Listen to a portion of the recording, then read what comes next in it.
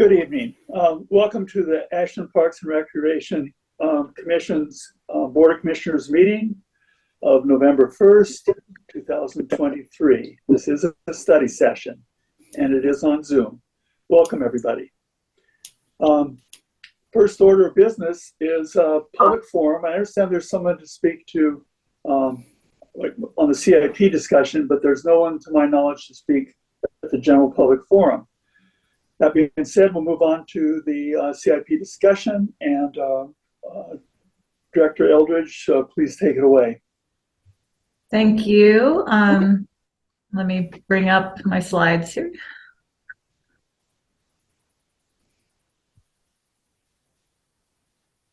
Okay, can everyone see that, see my slide and hear me? Yes.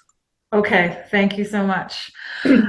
Okay, so before I kind of jump into this slide, just a quick review. At the last APRC business meeting, I gave the commission an update on our CIP, our capital improvement plan, our capital improvement project budget for the current biennium, and I updated the commission on the ending fund balance for CIP for fiscal year 2023. So just to briefly review that again, to bring us back to what we're going to be considering today.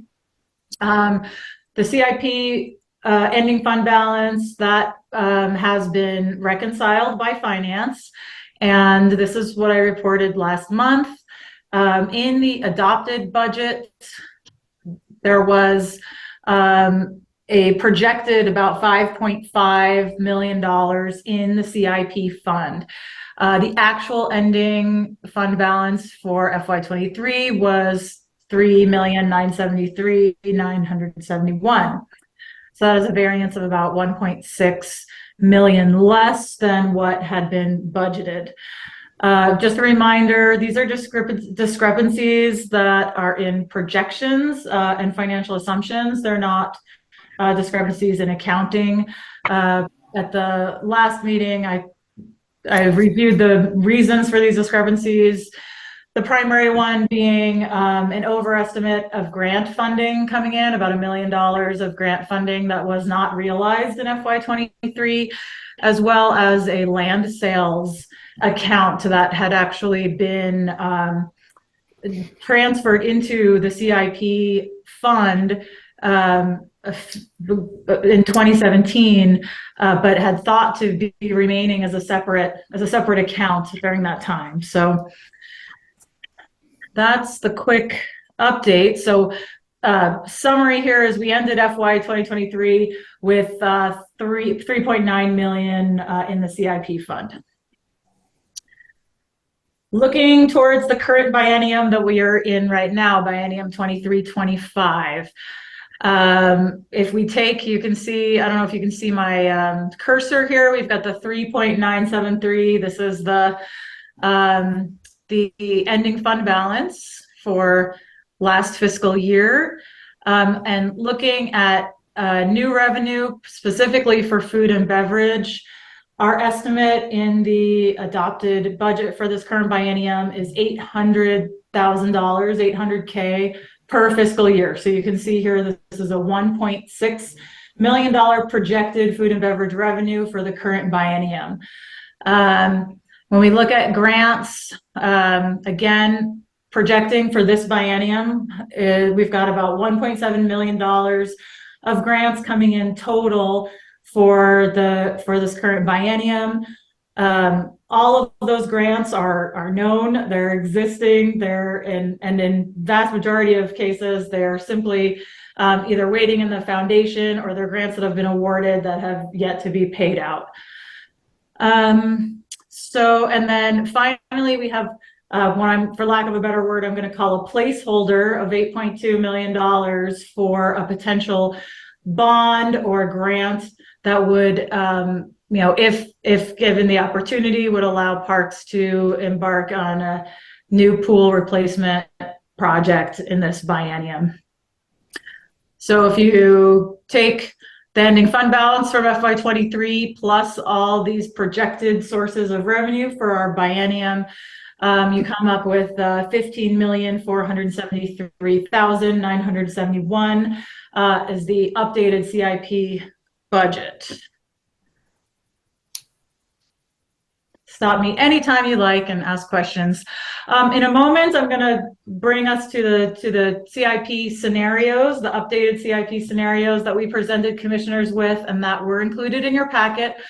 I'm just going to go over a couple of key points. Please ask questions if you need to.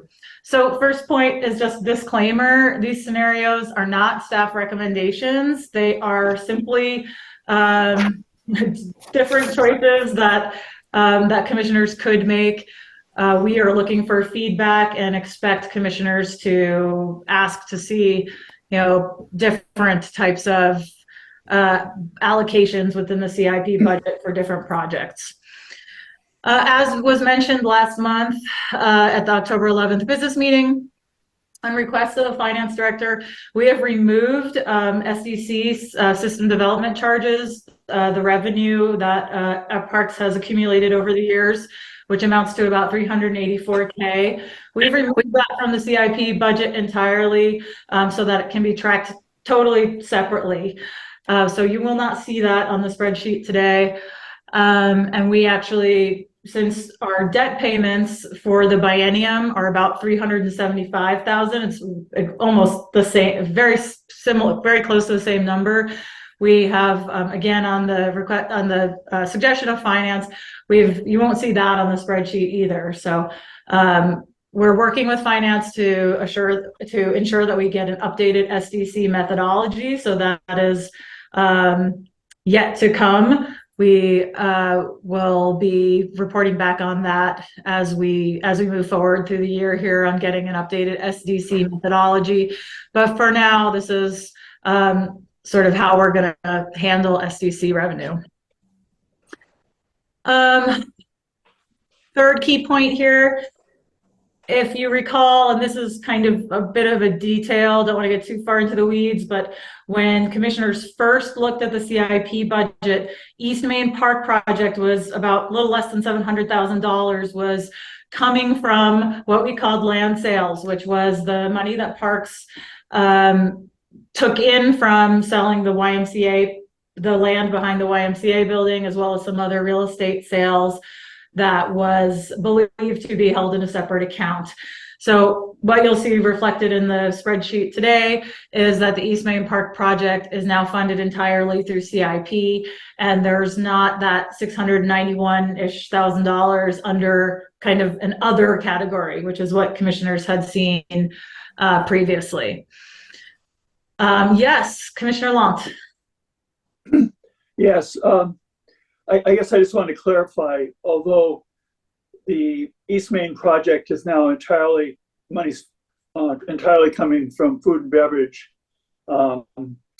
as opposed to the land sale account, the bottom line amount did not change. Is that not correct?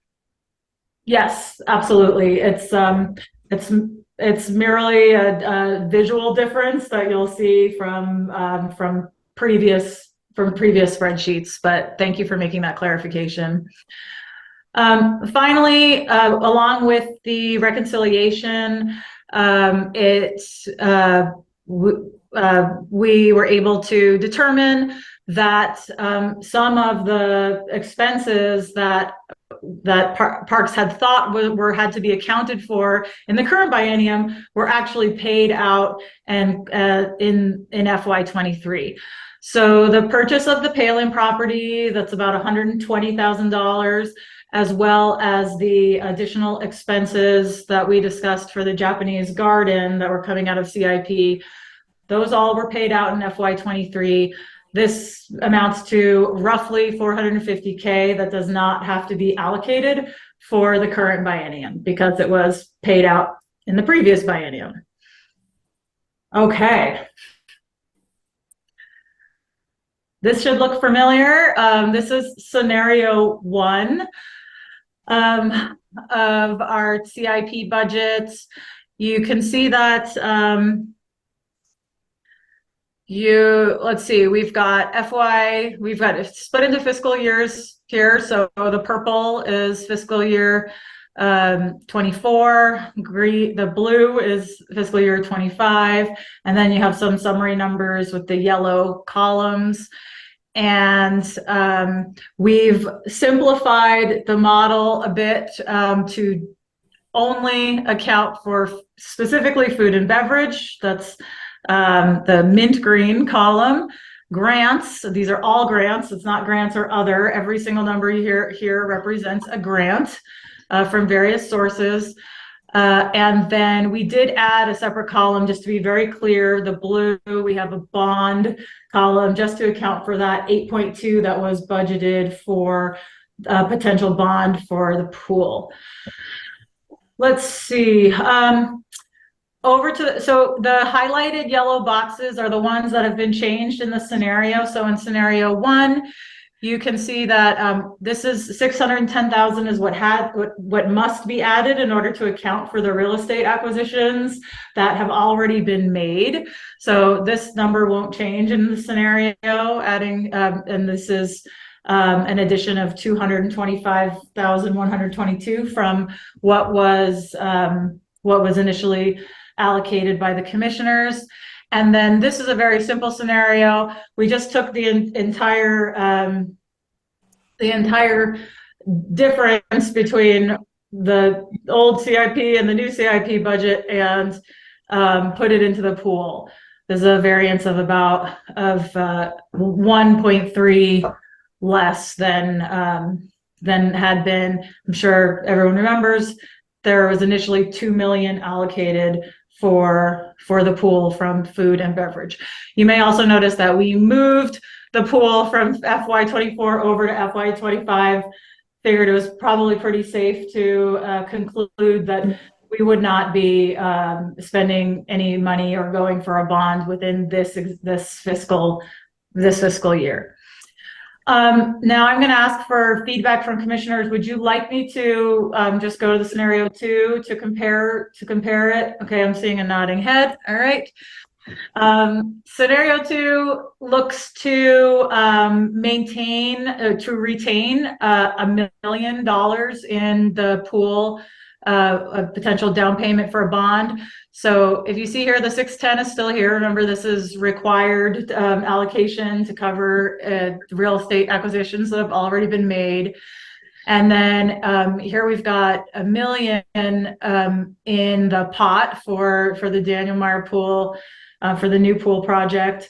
And then if you look here under the variance column, you can see that 3 line items have had some money cut from them. And so you've got $75K taken from All Parks Master Plan. I'm happy to talk about that line item more if commissioners are interested. From Oak Knoll Golf Improvements, we've taken $150K.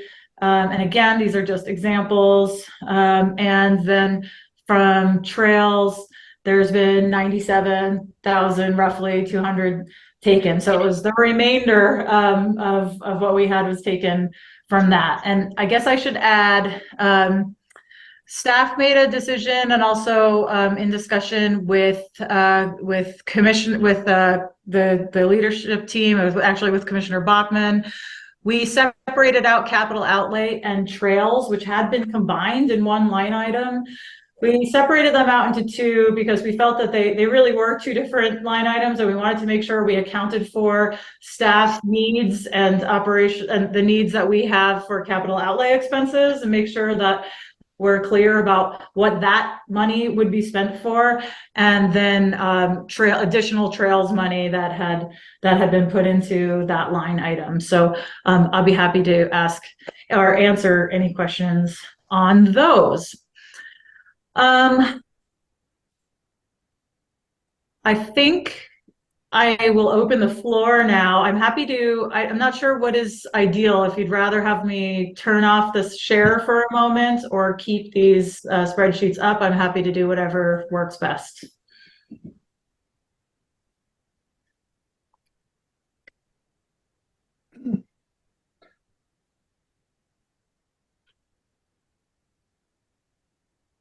Yes, Commissioner Adams, or sorry, Rick, you should. Can anybody hear me? I can. Well, I can't get into the meeting. You're in the meeting. I'm in the meeting on my phone. I can't get into it in any other way.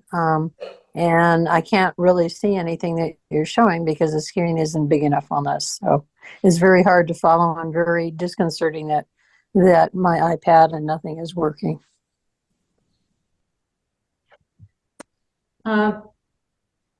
Okay, well, I think Tara has been trying to reach out to you, Steph, and are you able to check your email because she sent you the links to that? Right. She sent me the links and they don't work except on this phone. Well, So I can sort of, what you can do, Commissioner Steffinger, is you can go to your computer and you can pull up the packet that you received, and basically all the information we're talking about is in that packet. So you can look at your computer and talk on the phone, and then you'll have the same information. That's what I'm doing right now. Is I'm not looking at the screen that's being displayed on Zoom. I'm looking at my computer. yeah, I've tried doing that. I'll try it again, but I can't get Exchange on my computer to get a message or to get anything up. So I'm talking about what was sent to you last week, the packet for the meeting. the packet did not come. What was sent did not come because of the fact that the Exchange isn't working for me. Okay, so at this point, we have a quorum. Unfortunately, Commissioner Steffinger can listen to the meeting, but you're not going to be able to fully participate. And I'm sorry, but I don't know what I can do about that. Yeah, I will try to follow along as well as I can. I'll see if there's a way of it. Does the packet on the city website? No, it's the one you received as an email. It is, though. You should be able to access it on the city website. Okay, I'll try going into the city website and see if I can access it that way. Good thought. So I'll try doing that. Okay, so the way I see us proceeding here is I want to stay strictly with questions at this point and not discussion. And after we've exhausted any questions we might have of Director Eldridge, at that point, we'll have public participation. And then after that, we can continue with discussion. Okay.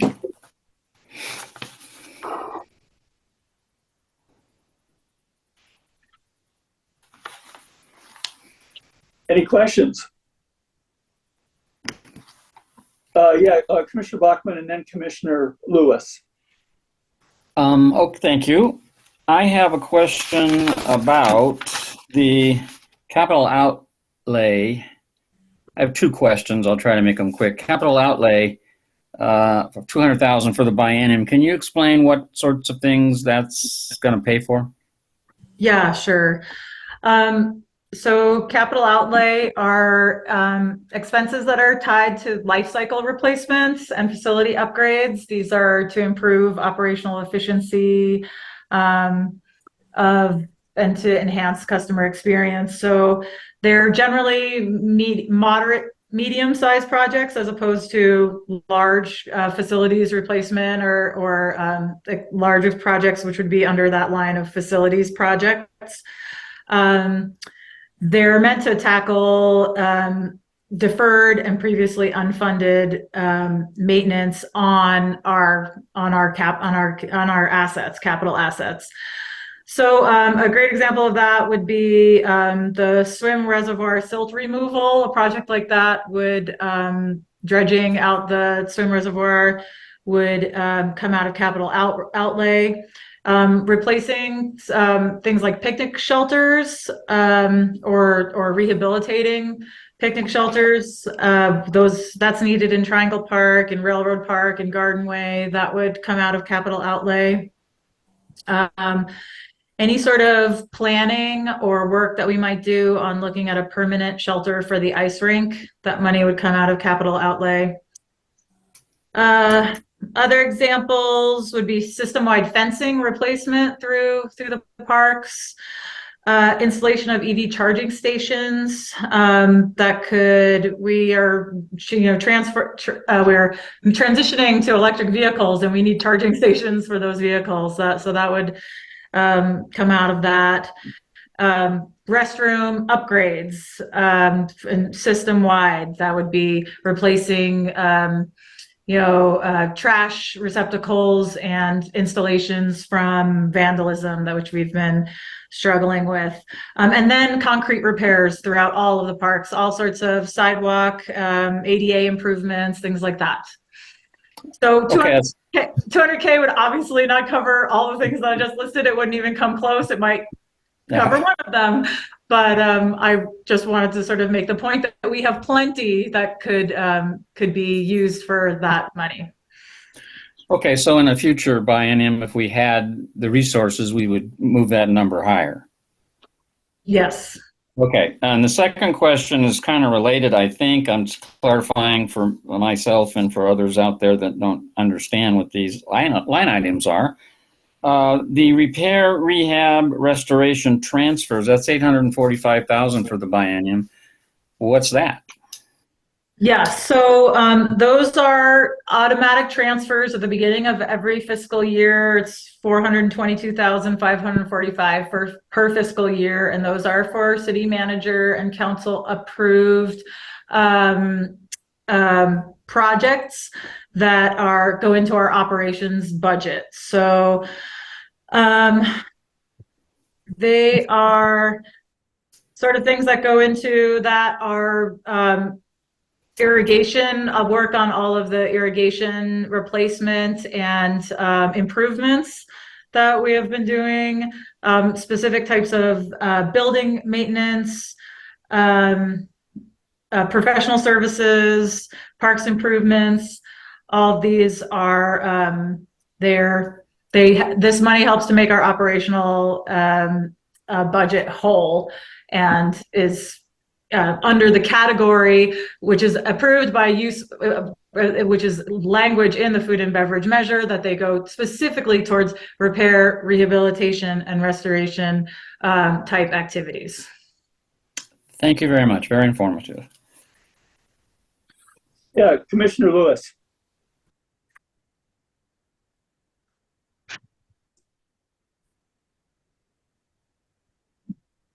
I think you're muted. Between scenario 1 and scenario 2, could you point out some of the major differences between those, the impacts? Well, the major differences is that scenario 1 takes all of the difference in the updated CIP versus the adopted CIP, and takes that out of the pool. So you can, in scenario 1, the allocation for the pool is down.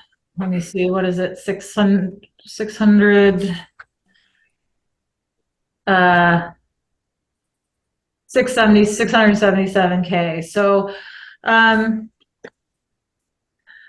what is the difference there? The difference is that if commission has, for that scenario, it really depends on if the Parks Commission is confident that they can agree on a direction to go with the pool. My understanding is that there's a lot of, there's several different ideas out there, and there's several different locations and paths that we could take with this project.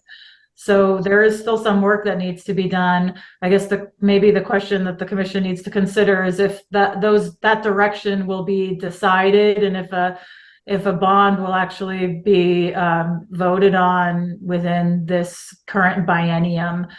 In terms of scenario 2, it seeks to takes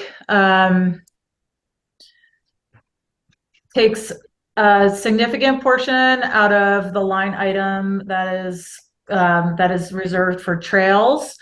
That was since the property purchases were are specifically for trail connectivity. That was the line item in scenario 2 that took the larger hit. But it adds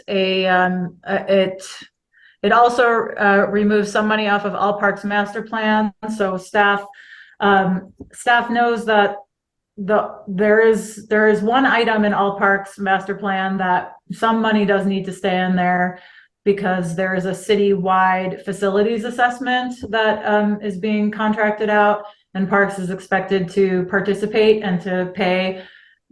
The rough estimate is about $25K, could be more than that, but we know that we have at least one obligation to pay out of All Parks Master Plan. So that's one potential place that commissioners could look at. Additionally, Oak Knoll Golf Course improvements, was $150K taken out of there. Initially, there was a larger amount of money from CIP allocated towards Oak Knoll Golf Course, in the anticipation of potentially having to do some large CIP projects in anticipation of a management company coming in. We're confident that we can manage whatever CIP needs to be done with potentially less. We have about $150K taken out there. And then I think that covers it. The other line item that hasn't been discussed and was discussed at length last month was there's $100K allocated for the Ashland Creek Park basketball sports court. In both of these scenarios, that is kept whole at $100,000, but that's another area that commissioners could potentially look at. Thank Is you. Yeah, excellent. I don't know, maybe I missed it, but the largest, in scenario 2, the largest reduction is in the pool still.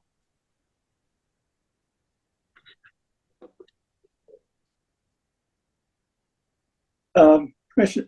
That's true. Okay. Other questions? Commissioner Steffinger? Yes, thank you. My question is, why are we paying for the Kestrel Park Bridge? The original bridge was supposed to be a car bridge, but the residents requested that it be a footbridge instead. I don't know why we would be paying for something that before was going to be paid for with a grant as well, through our Public Works Department.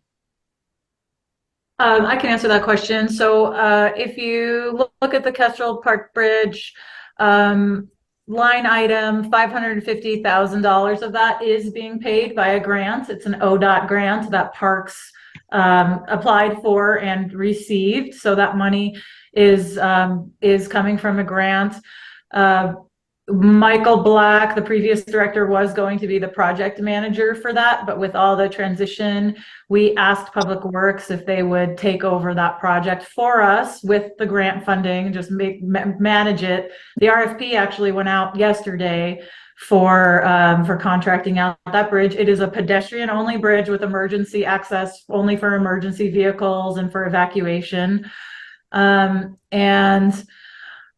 We don't think 550 can quite cover it, so there's 150 from CIP in there. I don't know if Tara, you want to add anything to that? I saw you turn on your camera. I have a feeling you have some info. Yes, this is also a matching grant, so we are required to have some funding in there. And as Leslie just said, we just got the RFP out, so we'll have an idea of costing going a little forward. And then I think there's potential with partnering with other departments and or agencies to do the full funding for the project. Mr. Bachman? Pedestrian or pedestrian and cycle? Pedestrian and cycle. Thank you. Okay. If someone were on a trike, could they get across there? It will be like, I think, I believe it will be very similar to the bridges that currently exist on the Bear Creek Greenway. Okay. Electric bikes, okay, that sort of thing. I mean, it's just not cars. Correct. Okay. No emergency vehicles. It's just not going to be big enough. There will be emergency vehicle Oh. access. So similar to Bear Creek Greenway, maintenance vehicles, emergency vehicles, there'll be a bollard that can be removed or cleared. And it could also, could potentially be for emergency evacuation. So maintenance, fire or evacuation, any of those types of uses, but it would not be used by passenger vehicles or for normal day-to-day vehicle use. So it's engineered to hold all the cars you can put on it in an emergency evacuation. I believe so. Okay. At Thank the you. time this first came up, there was a concern about whether it would be if emergency vehicles would be able to use it. And at this point, there isn't a street on the next to Kestrel Park where emergency vehicles could turn around because there is no turnaround. Sarah, did you want to add something? No, I think it got addressed. It's okay. I just wanted to say that it's still that the RFP is for design, and we requested that it's designed for emergency vehicle rating. Thank you. Okay, are there other questions for staff? I've got two hands up, but we just, both of you, I think, just spoke, so maybe, Commissioner Steffinger, do you have something else, another question? No, I was just concerned about that being looked at as an emergency exit that would be efficient to get the amount of people that are in that neighborhood out safely. Okay, I called on you again because your hand's still up. Oh, I'm sorry. Okay, If I can figure out how on the phone to do that, I will. Anyone else have any questions for staff? Okay, at this point, I'd like to bring we have one member of the public who would like to speak. And so if you can bring her in, that's Rebecca Kay.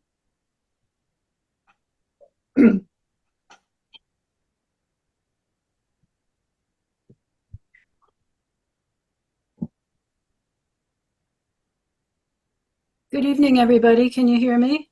Yes, good evening. You got about 3 minutes, if you would. Welcome. Yeah, thank you, Rick. And thank you to all of you for allowing me to speak. I realize that you are all faced with a very tough decision in reallocating CIP funds and that have been existing, earmarked for existing projects. And so that's never an easy job to take money away from existing projects. And I recognize the difficulty of the job. In looking at the two options that you must consider this evening, I would like you to look especially at implementing option number 2, because it seems that that one potentially is the one that would leave the most money for the Daniel Meyer Pool project. I know most of you, and maybe all of you, are in favor of a new pool at some point in the future. And I would like you to keep in mind that Ashland citizens deserve a public community pool. It's part of what makes Ashland a desirable place to live and to raise a family. And there are 4 pillars to keep in mind, 4 pillars of aquatic access that are important for a community. And they are, number 1, learning to swim. Being able to swim is a life-saving skill that everybody should learn. Number 2 is community recreation and fitness for all ages. Number 3 is rehab and fitness, especially for seniors. And number 4 is competition for our youth. So those 4 pillars are things to keep paramount in your minds as far as reasons to justify having a pool for Ashland citizens. I would also like to make you aware that although Medford will soon be opening their aquatic center, and I applaud Rich Rosenthal for his efforts in doing that.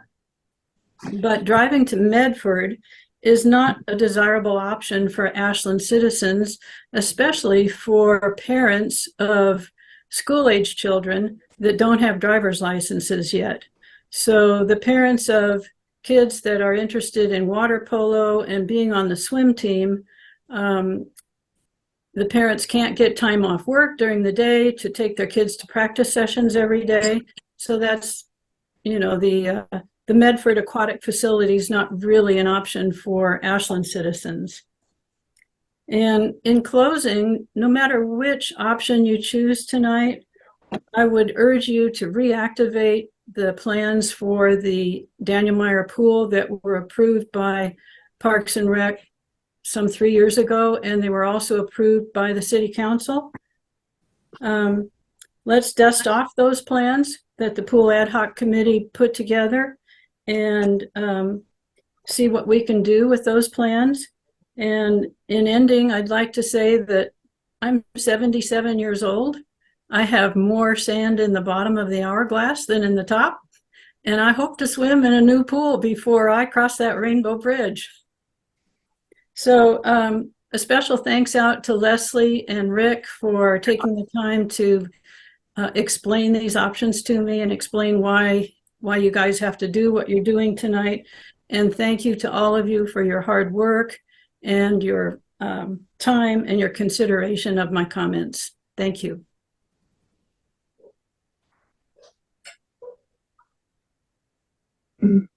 Thank you, Rebecca.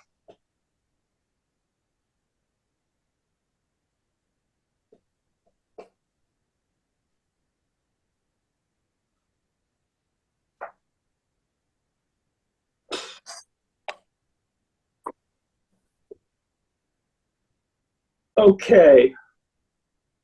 Are we back? We're back live here. Rebecca's. Okay. Okay. Well, commissioners, you have a couple of options to consider. I think it's clear that, as has been stated by staff, they're not set in stone, but they're great starting points. I want to thank staff for putting those together. At this point, it's time for commissioners that we're not going to make a decision tonight, but it'd be nice to give, if we can give some direction to staff. So at this point, open it up to the commissioner's thoughts. If no one's going to jump in, I want to say something about why we put that money in the pool to begin with. We did have a windfall in reality, but we thought we had more of a windfall than than it turned out to be the actual case. But the reason, from my perspective, what I looked at is a revenue bond for the pool, and a revenue bond is the easiest, the least painful way to get to our to get a pool built, and that would be borrowing money against future food and beverage receipts and using that to pay for the pool. And the way I figured it was, if we had the $2 million in there, that plus about 16 or 17 years worth of taking 500 or so thousand from the food and beverage each year would get us to our somewhere close to our 10 million. It might take a bit longer than that, but anyway, that was the thinking. Why, when the I was happy to see when there was a measure on the ballot that ended up failing by a small margin, but did fail. But it would have put the sunset date for the food and beverage to 2040, which would give about 17 years.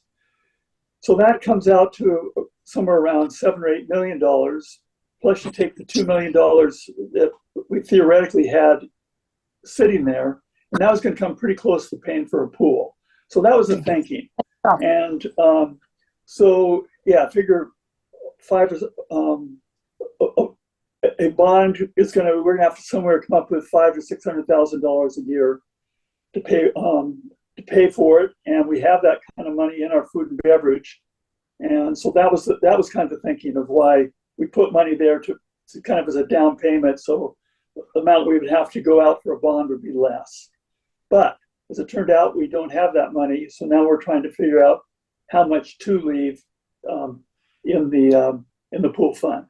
So maybe that'll stimulate some thoughts from other commissioners. Yes, Commissioner Adams.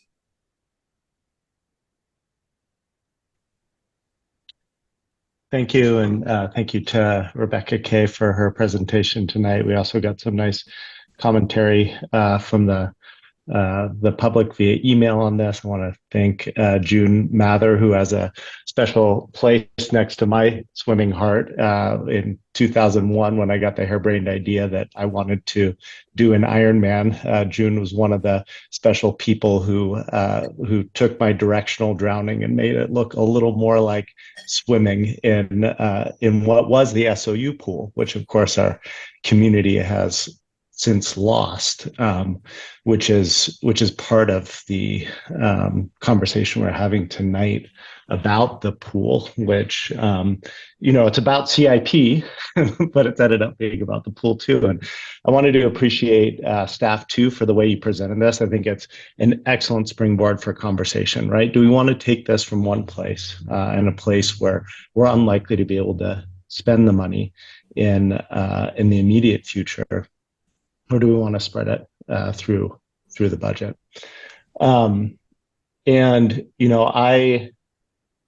I would love to see another pool in our community. I think Rebecca Kay outlined some of the reasons for this. For youth sports, for kids that are learning to swim, for people of all ages who use the wonderful sport of swimming as an opportunity for fitness. I think the reality, and thank you to Chairman Lunt for giving us a little bit of background here, is we don't at this moment have a clear and immediate path through that pool. Whether we're talking about the plan that we created 3 years ago, which I reviewed, which is basically sort of a newer, better version of Daniel Meyer Pool, to something more fantastic or larger, like a true aquatic center that Medford's building right now, and many communities around the state have to support aquatics. I would love to see us start talking about, I have learned a term in the last 5 years, and it is calendarizing. I'm not sure that calendar is meant to be a verb, but I've heard this thing called calendarizing. And I understand that if you want to make really big things happen, you have to calendarize all the steps to make it happen. In our look ahead, I see the pool tentatively scheduled in January. I think this is wonderful. I think I would like to see our commission, I'd like to see our community too involved in talking about what's it look like to do a really big project like this. In the meantime, in my mind, as somebody who wants to see a pool, I think, as I recall, when we were doing our goal setting, there was nothing that we as a group wanted to see more in this community than a new pool. And I'm in alignment with that. And I think the reality is we can't do that right now. And as such, I recognize the optics of it, right? Like, I hear Rebecca Kay's comments. I read June's comments, really meaningful and really impactful. And if there was a path to a pool, I wouldn't be saying this. But in my mind, since we have no immediate path to the pool, since we're talking about a new bond measure, which I think even if we made a bond measure sprint, and people who have more experience in government than me, feel free to correct me, I don't think this is going on the 2024 ballot, even if we were in full sprint mode for it. 2026 is probably our earliest. I don't see a pathway there. So again, like, friends, correct me, I'm the least experienced in government on this group. If there's a faster pathway there, tell me, and I'm behind taking the money from someplace else if that pool money can actually go to a pool. Commissioner Lewis. after listening to this report, I realized that the pool has the most effect on our CIP budget. And I guess I'm hopeful that the new liner could extend the service life of the existing pool. So maybe we'll have a chance to put a bond package together and formulate it to the public. And I think we have so many people in the community that are in favor of a municipal pool that when it's time to go out for that bond and actually lobby for it, it might be more clear. But the impacts to our keeping that pool money in the CIP affects the rest of the CIP so much that it's hard to just leave that in there in a theoretical sense. But this pool liner, maybe I'm putting too much into this pool liner, but if it could move it along a few more years and we can see how things play out, I guess.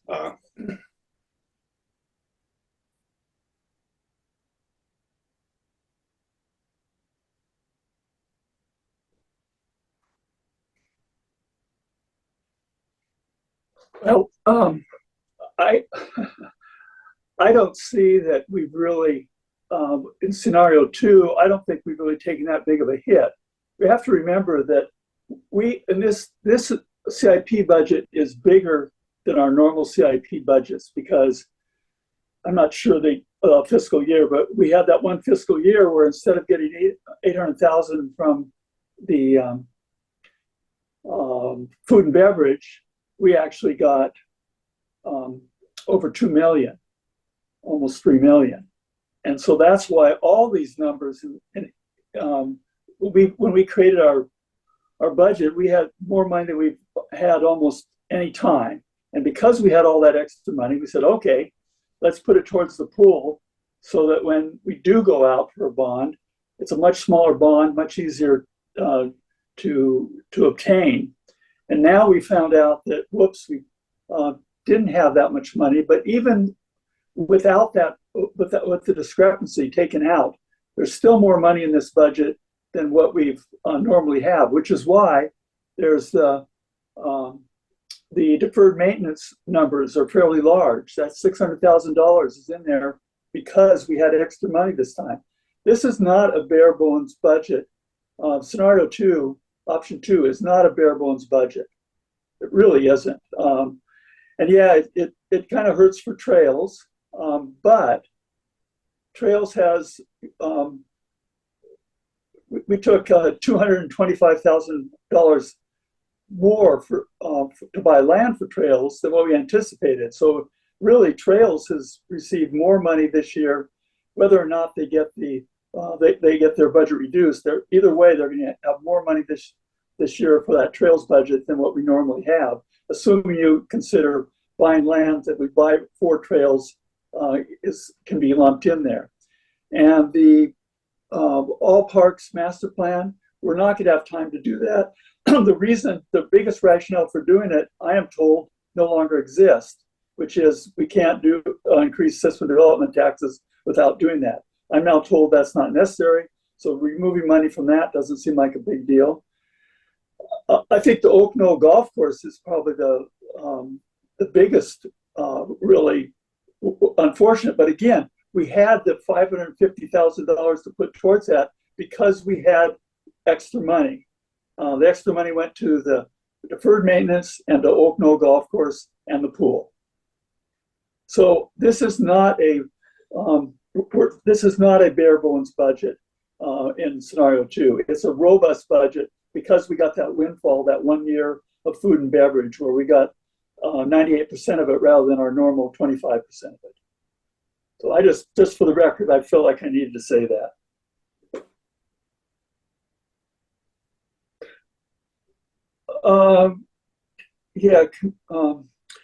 Director Eldridge, please.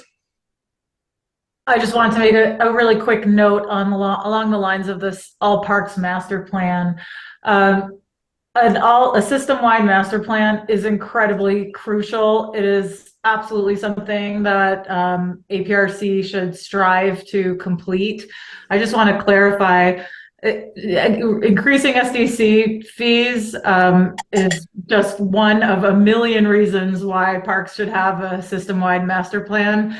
And it's fully something that must be done. However, with all the transition and bringing all the hiring on and stabilizing and the work that APRC is doing as staff right now, we are not in a position to do a system-wide master plan. So that's one of those situations where we don't have the capacity to make that happen this biennium. Commissioner Bachman. Two things. One, I just want to clarify something that Rebecca Kay said. I think she said we had an approved plan, and I thought we didn't actually approve that plan. I think we accepted the recommendations or something. This is before my time, but I just want to clarify, did the commission actually approve a pool plan?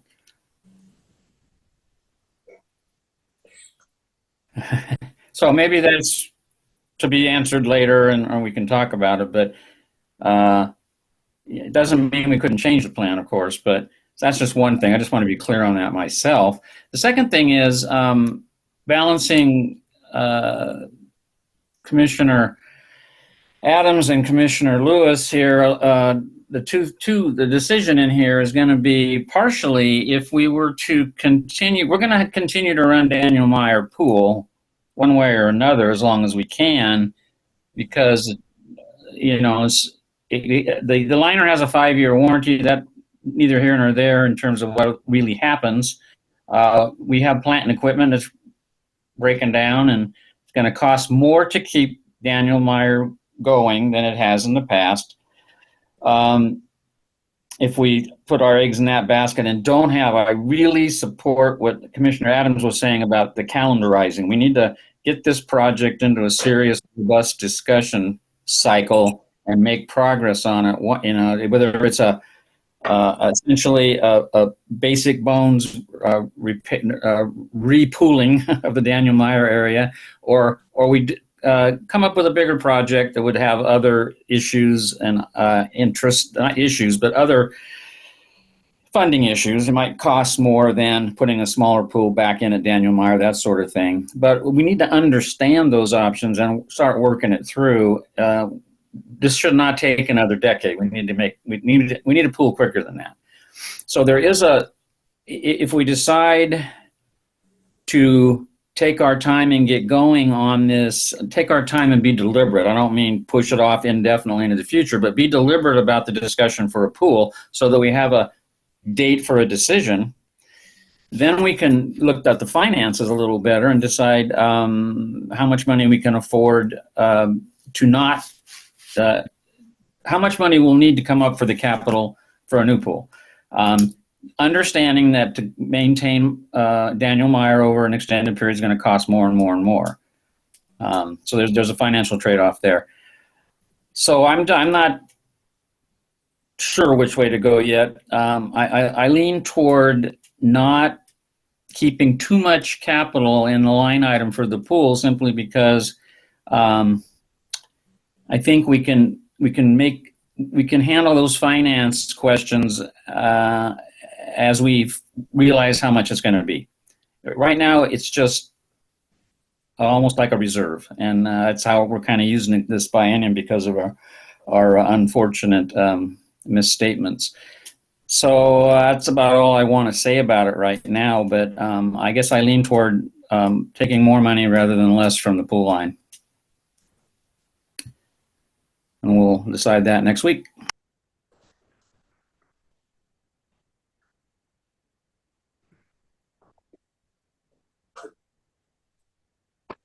Yes, Commissioner Lewis.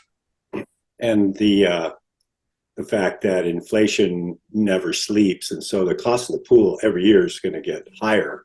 And it's pretty much a given, and we have to expect that. And so obviously, the longer we take to get this new pool, the more it's going to cost us for basically the same pool. So we have to at least expect that.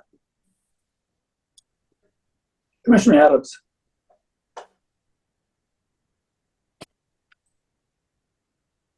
Yeah, thank you. So just one small point. You guys probably noticed this already. There is a separate line item for the current repairs on Daniel Meyer Pool. So I don't think we're talking about going after that money. Um, and um, and then, yeah, I just wanted to echo what Commissioner Bachman just said. I think at the point, the way that I'm seeing this is we need to move these things forward, and the time to think about dedicating CIP funds and a significant amount of them to a new pool project is the moment at which we're putting up a bond, so that we show as a commission that we want to put our money where our mouth is, so to speak. I'm still I'm listening for compelling reasons why the money needs to be in that pool fund now. I'm not hearing them though yet. Could you repeat that, please? I didn't catch the last.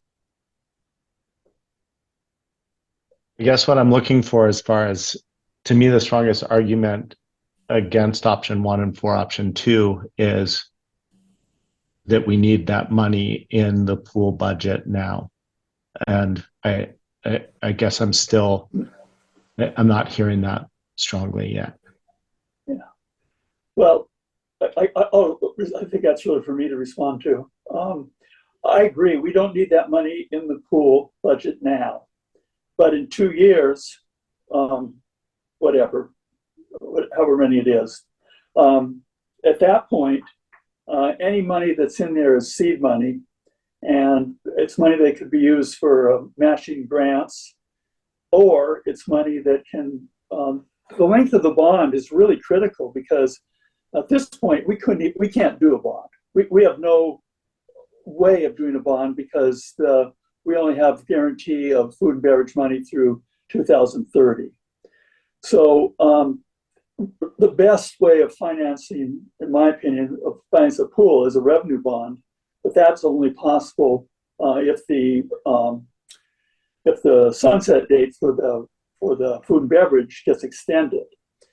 And but if there's an extra $1 million in that fund, that means that's 1 or 2 years less that food and beverage or the meals tax needs to be extended, and that could be significant. We don't know at this point, but it certainly could. So I just look at it as that's money we're keeping in there, so that when we do get around to having a bond, it's a year or two less of the length of the bond, and that to me matters, and that's why I think that the money ought to leave as much money as we can. We obviously can't leave $2 million, but we should leave a significant amount, even when, particularly when it really doesn't.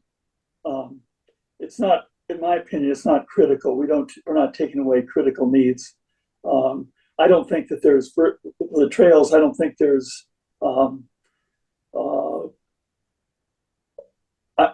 not sure that there's other $52,000 worth of trails projects we have to do in the next year and a half. That seems, maybe, but that seems pretty ambitious. So I'm just not sure we're really losing that much by keeping some money in the pool. But other people have different opinion.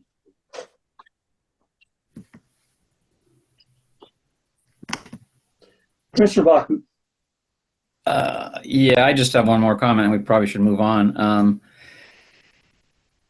We're going to make a decision next week what to do now with our internal project plan. We can change that a year from now. This is not something that needs to go to anybody other than us. So it's a working plan.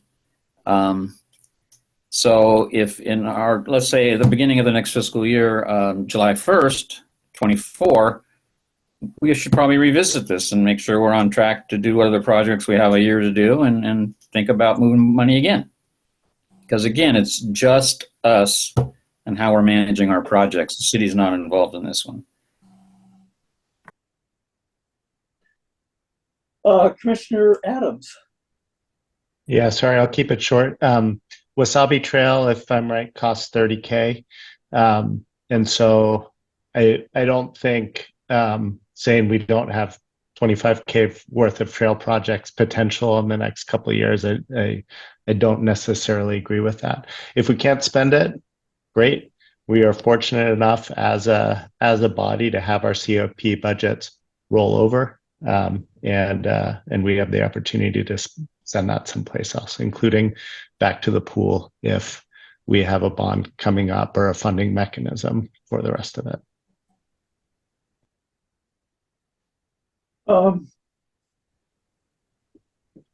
We have Superintendent Dials. I believe you had a comment you wanted to make.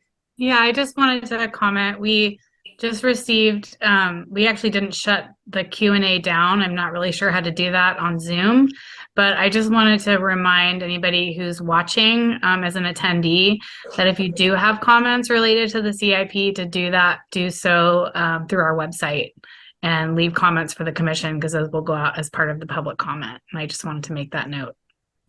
Thank you. I am agreeing with Commissioner Bachmann that we are, I'm not sure there's much else we can do. I'm a little concerned that we haven't given really clear direction, but it may be, yeah. Director Eldridge, do you have enough to prepare for next meeting? It may be as much as you're just going to have to you can bring 2 scenarios back and we can vote on them. I didn't really hear anyone talking about changing. I mean, the one piece that it seems clear that could be changed, but no one's brought it up, is the money for the basketball court at Ashley Creek Pond. That could be reduced and put somewhere else, like for trails, whatever. But I don't know that that's really where I didn't hear anyone really pushing that way. So it sounds like it's just either scenario 1 or 2. And I heard 2 people pretty clearly advocating for scenario 1, but I think that it isn't, we're not going to make a vote tonight, but I'm just wondering if Director Eldridge, if you have enough information to move forward. Yes, what I would just request is that if any commissioners, within the next 24 hours, really, since we need to get you the packet for the business meeting, would like to see another scenario reflected in the packet for the business meeting, to contact staff, contact myself and Tara and Rachel, and we will be sure to, calculate up and have a third scenario. But we do need it in fairly short order if that is something you'd like to see. All right. Well, I think Commissioner Seffinger has raised her hand. I'm unsure whether she wants to comment. I've been turned off this entire time in terms of video. Somebody turned me off, so I haven't been able to participate because no one's seen my hand being raised, I guess. I do have concerns. I have a concern about starting new projects while other projects have been priorities for years and years, and they haven't been finished. When you prioritize things and have goals and you don't work to accomplish those goals first, and you keep adding new things, then it feels to me that that the community's input in the past about what they felt is most important isn't being recognized. So that's what I have a concern about. The pool has been there for a long time. People have wanted something done about that.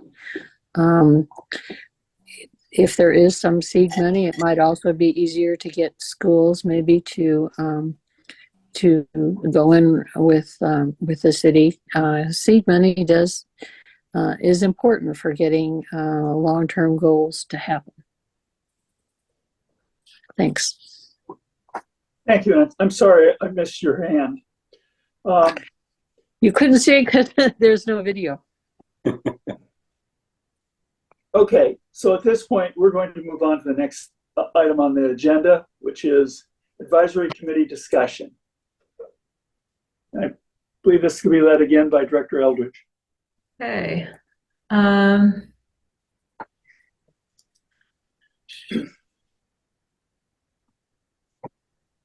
One moment here.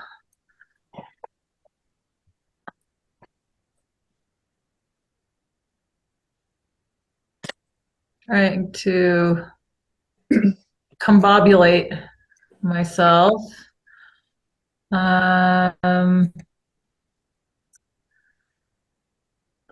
Okay. Sorry, the folks that we have visiting us for Salmon Safe, I'm going to text them very quickly and give them about a 15-minute heads up. Okay. Okay, advisory committees and management advisory committees, or MACs. This is, I like to call this a bit of housekeeping that I think is advisable for parks. And it's based on an action earlier this year that City Council took. They approved an update and organization of their advisory bodies, designating advisory bodies as either an advisory committee or a management advisory committee, which I will call MAC from this point forward. Advisory committees make recommendations to the APRC Board of Commissioners on policy matters. So the City Council has a parallel thing called an advisory committee that makes recommendations to the City Council on policy matters. It is, advisory committees are subject to public meeting laws. They have to have a quorum. They must have staff support. They have to have detailed minutes, as well as bylaws. And they take a lot of staff time, but they have, you know, high level of transparency for the public, as well as, you know, they're generally long-standing committees that deal with long-term policy issues. The city also created a body, which I'm now proposing that parks adopt similar structure, called management advisory committees. And these are formed at the request of the parks director, and they make management recommendations to the director on management as opposed to policy issues. They don't require strict adherence to public meeting laws, but what I would recommend to commissioners is that commissioners direct staff to adhere as much as possible to certain guidelines, like, for example, public noticing or meeting outcomes being published. They don't require staff support, but again, this is something that would allow flexibility in terms of when staff support is appropriate, when it's available. That is something that could be provided to MACs. So there is a level of flexibility with MACs that allows community members to meet. They don't necessarily have to reach quorum. They can produce work items. They can, without having to be in a quorum or approve, and they can provide those to the director. Of course, the director reports to the commission, so it's not as though the commission would necessarily be kind of out of the picture with a MAC. It would simply be that anything that rose to the level of commissioner approval would move through the director and go to the commission. So some of the issues that City Council grappled with that the commission may wish to discuss when considering creating some advisory bodies that are MACs while retaining some standing advisory committees that are subject to public meeting laws are issues of transparency. As I mentioned, with advisory committees, those are the highest levels of public transparency. as well as the highest maintenance and burden to staff in terms of in terms of staff support. You know, commissioners can also kind of think about who is the advisory body for. Are they management level advising? One example that was being proposed by staff is the Oak Knoll Golf Course. As Parks moves towards a potential contract with a management company, staff recommends that a MAC, a Management Advisory Committee, makes more sense for the golf course to receive feedback on the management decisions and how that contract is being handled from the director. And then, you know, if necessary, that would be sent up to commissioners when needed. Issues of staff support, as I already mentioned, MACs put less of a burden on staff. We are short-staffed. We have struggled mightily with maintaining all of the advisory bodies that we currently have. I will also add that many of our subcommittees and groups that are currently subject to public meeting laws have requested this increased flexibility. They're frustrated because the challenge of getting staff support or finding a time to get quorum or reaching quorum. It's possible that sometimes these subcommittees or groups will make a meeting time, and a quorum will not be reached, and then all those community members have made a commitment and have shown up, and then only informational items can be shared. So these are from staff's perspective, the four main issues to consider when thinking about adopting a model that has standing advisory committees and then MACs. So staff is proposing maintaining 3 standing advisory committees, or ACTs, and I just like to yell that on occasion. And that would be the Ashland Senior Advisory Committee. This committee is already very high functioning and has a committed staff support and has been able to maintain that high level of following public meeting laws. Similarly, Recreation Division Advisory Committee continues to be. Again, this is long-term policy planning for recreation. What is the future of the Northbound Park Nature Center, for example? These are questions that we want the highest level of transparency to our community for. And the Ashland Trails Advisory Committee, or ATTAC, was recommended to remain in a standing advisory committee due to sort of the big emphasis on trails and outdoor recreation in recent years and from city council and within the community, and the high level of interest and public involvement in that issue.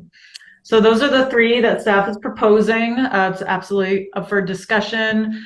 In terms of MACs, staff is recommending that BCD USA and current parks conservation and maintenance, as well as Ashland Japanese Garden and Oak Knoll Golf Course, all become MACs.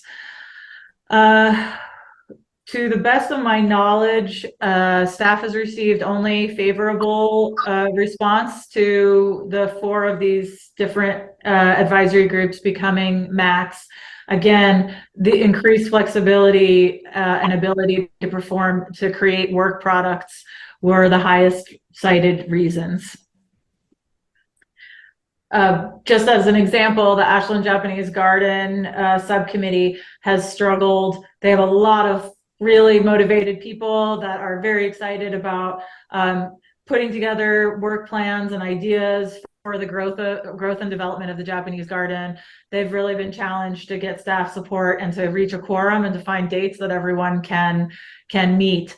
So that group saw their transition into a MAC as a real benefit for them to be able to work with the director and staff to try to increase, to sort of accelerate some of the initiatives that they're interested in. Finally, again, just a bit of housekeeping here. The staff has identified 4 groups that do not need to exist any longer. So parks, trails, and open space map update, as well as long range planning. Those 2 bodies were actually considered concluded. Their work was done, and that was approved in the last meeting. But just as a reminder, I've included those in there. And then Lithia Park Master Plan and East Main Park, those group processes, although the projects, of course, are not complete or approved, the advisory bodies have stopped. They've stopped meeting. Their process has ended, and those two advisory groups, we're recommending that they be dissolved, since they're not meeting anymore. Their group process has completed. That is what I have. So in the packet, you will have there's a draft proposed policy that is modeled very closely after the resolution that City Council adopted, but has been modified to suit the needs of APRC and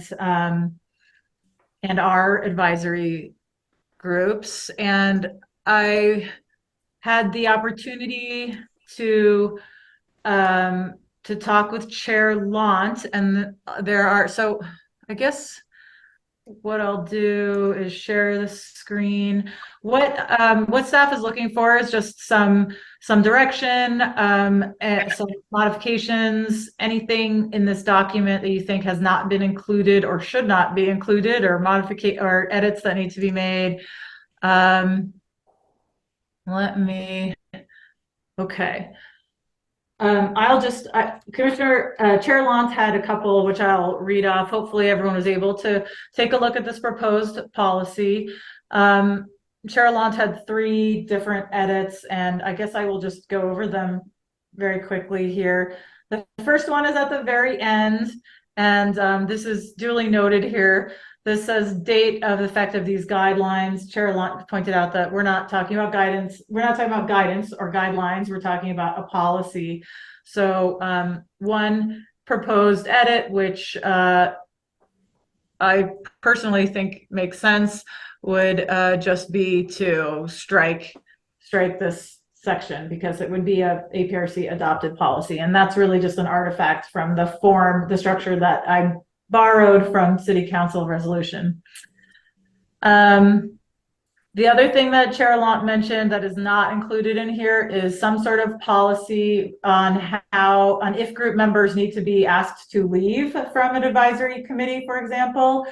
So, and I'd be open to suggestions on that. Essentially, this would be a section, a letter here under procedure and guidance that would state that a committee member that did not come to a certain, say 2 or 3 meetings within a year without prior notice, without notifying staff that they could not attend, would be asked to leave the group. That's one example, but there's nothing in here talking about the requirements for membership and attendance within an advisory committee. Can I just say, to Yes. add to that, I think what it should say is that they may be, we shouldn't make it, definitive.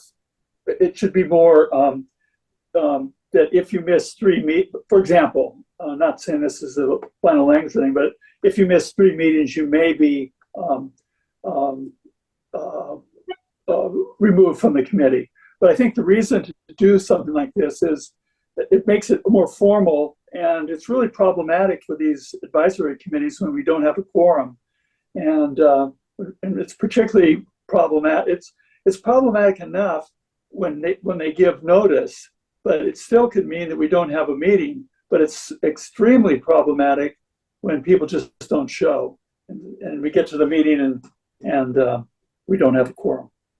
So I think that some language in there to just make that giving some guidelines or policy guidelines for how we handle that would be, it's better than having every time it comes up having to reinvent the wheel. Thank you. I agree personally.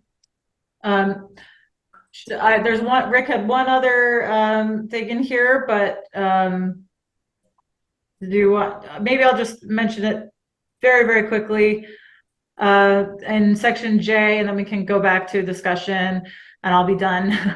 In section J, I believe, there's mention, again, this is an artifact from the resolution that I missed here. So standing advisory committees are expected to work with and advise APR management and city attorney. Our standing advisory committees don't really advise the city attorney. So the recommendation was just to strike to strike that phrase and city attorney, and then it just becomes advise APRC management to ensure their committee recommendations are aligned with APRC priorities and can be implemented within APRC resources and legal authority. Okay, I'm done. Okay, commissioners, any comments? Commissioner Steffinger. Thank you, Commissioner Long. The questions that I have, or that would be good to clarify for me, and for one is membership. Is there any specificity with regard to the composition of the groups? And for example, would they include handicapped people or senior people, or just have you thought about that? And so I'm looking, I believe that there's a statement about diverse membership within this policy, Commissioner Steffinger, and I'm having trouble managing all my screens right now to point it out. It's H. Thank you so much. So letter H here says, in keeping with the diversity, equity, and inclusion goals of APRC, efforts will be made to ensure that information regarding standing advisory committee vacancies and the application process is readily available, and advisory committees are made up of residents that represent the diverse populations within the city. And it goes on to talk about low income, young people, persons of color, the elderly, those living with disabilities, as well as the option, adding the option, which I think is great, of at bringing in a non-voting ex officio student or youth members. And we've had a lot of success with this. I believe there's one in the B City USA group. So yes, thank you, Commissioner Steffinger. That is covered in the policy. thank you very much. I'm not seeing any other hands. Oh, Commissioner Adams. Sorry, I think my yellow hand is kind of fading into the light in the upper left corner of my screen. Now I see it. Thank you. My one suggestion, so this would be page 4, letter C, under the attack. I'm a new member of that committee and the new chair. I would love to see space on that committee for an area expert. So the potential for a 10th member. So if, for example, we had a geologist or a hydrologist or a retired national parks trail boss or something along those lines, which we are lucky to have exist in our community. I'd love for that person to have an opportunity to join us on the attack. Thank you, Commissioner Adams, for mentioning that. I'm sharing screen for a moment here. Here is Ashland Trails Advisory Committee. You can see that it says draft. So the attack has not adopted their bylaws yet. So you're in luck. That is something that can be added. What I've put here are the existing mission and bylaw composition of the 3 acts that staff is proposing. One thing that we noticed when we were putting this together is that the different standing advisory committees all had slightly different bylaws. They all had slightly different ways of stating their mission statements, and some had more or less specificity. One of the benefits of having this type of format is that staff can work to create a template. So the whole first part of the document is very clear that exists, that is consistent for all advisory committees. And then moving forward, we would have standing advisory committees stick to a very specific format listing what the membership is, but then also this section right here shall be responsible for assisting APRC in the following. And we would want the committees to come up with very specific functions and goals that they will be working towards. If you notice earlier in the document, it talks about an annual report. Again, the staff thought that what the city adopted starting last year, having at the end of each calendar year, an actual opportunity for chairs of every advisory committee in the max to report back to the commission. So to come to a study session and to tell the commissioners, this is what this advisory committee has accomplished this year. This is our new mission statement, or this is what we expect to accomplish next year, and this is why we should continue to exist, and that that actually what city council does is then after that opportunity comes for the chairs to report on these advisory body progress, then they have an appreciation event after that study session. So I think that's a wonderful model, and I'd like to kind of see that model through with parks as well. Sorry for the long answer. No, that's great. Thank you so much.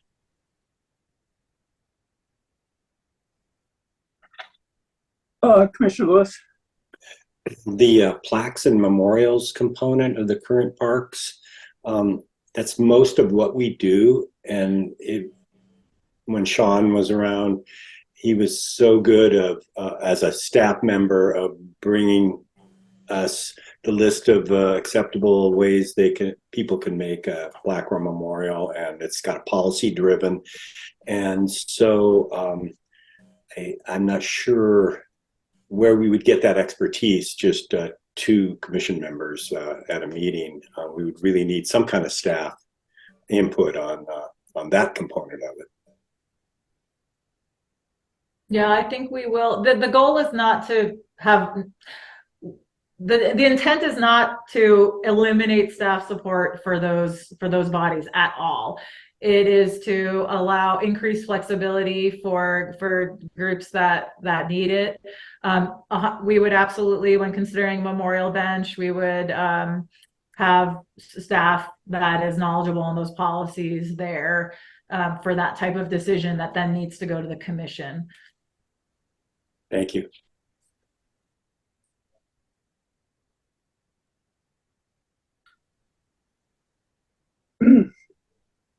I don't see any other hands. I think that we have exhausted this item, and we'll move on to the next one. That's the Safe Salmon Certification discussion. Okay, thank you so much. I'm just going to talk for 10 more seconds to introduce Dan and Anna, who I don't know if I see Anna here yet. Yeah, it turns out Anna won't be joining us tonight, okay. Leslie. She has young kids, so family duties call. Yes, we did. I was a gross estimate of what time your agenda item would come up. I apologize, Dan. So just a quick introduction. On October 11th, the last business meeting, our SOU graduate and paid intern at the Institute for Applied Sustainability did a presentation on her research with terrain architecture to find a third-party certification, environmental certification for East Maine.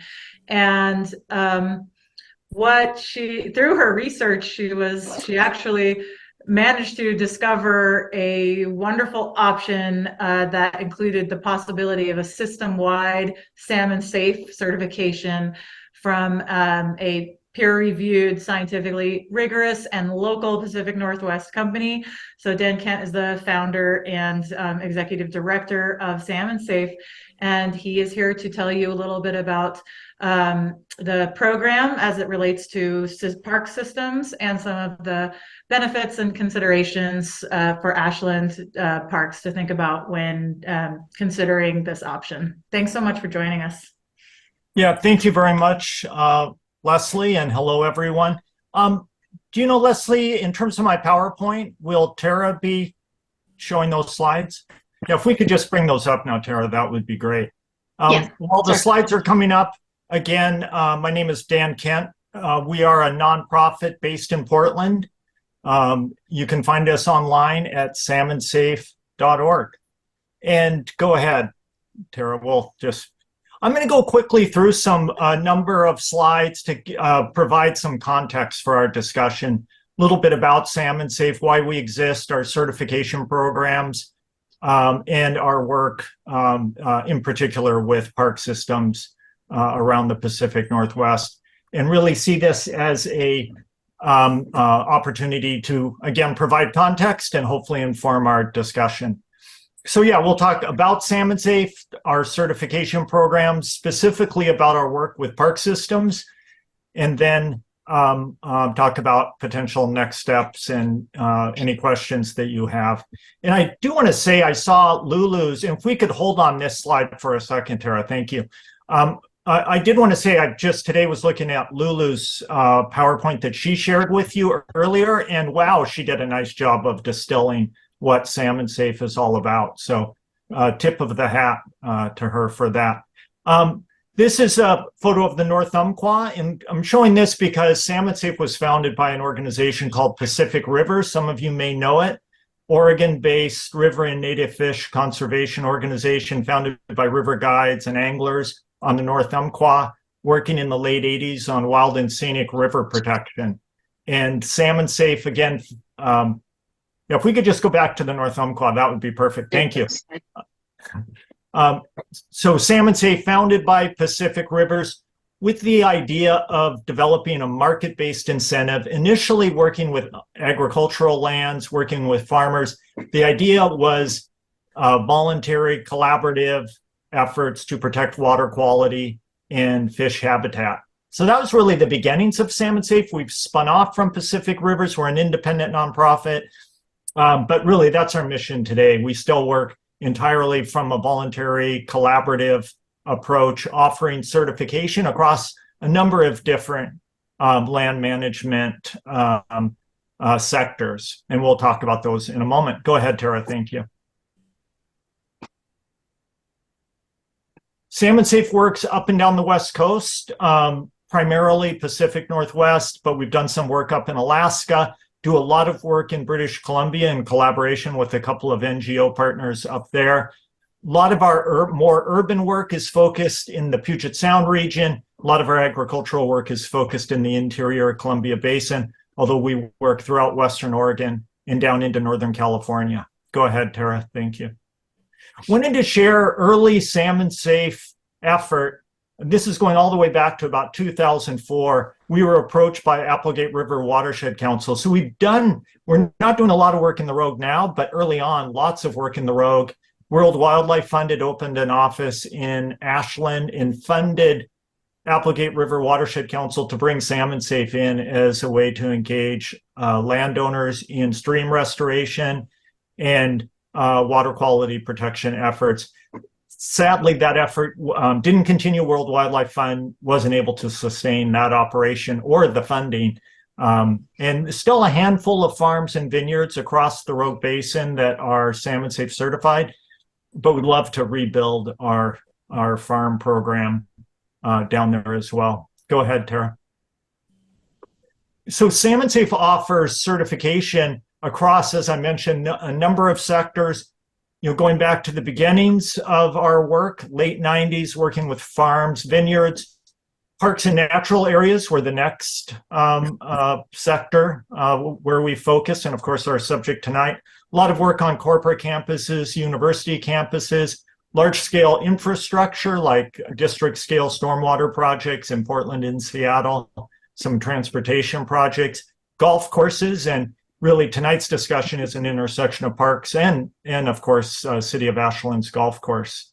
And then urban development, which has been a big focus for us in the Puget Sound region, large scale, ultra urban development, corporate campus scale, and even district scale. Go ahead. So wanted to mention Salmon Safe logo. Don't know if you've seen it in the market, probably not so much down in Southwestern Oregon, but we know it resonates with consumers. You think of an agricultural crop grown in the Pacific Northwest, and I guarantee, at least legal under federal law, I guarantee we have assessed it and probably certified it. But again, vineyards and wine being an early sort of flagship for Salmon Safe. Lots of organic production, including a lot of the growers in that list you saw from the Applegate organic growers, but we also work with a lot of growers doing integrated pest management as well. So reducing any chemical inputs, using more natural means. Go ahead, Tara. Thank you. Right now, a product you'll see Salmon Safe logo on increasingly across the region is beer.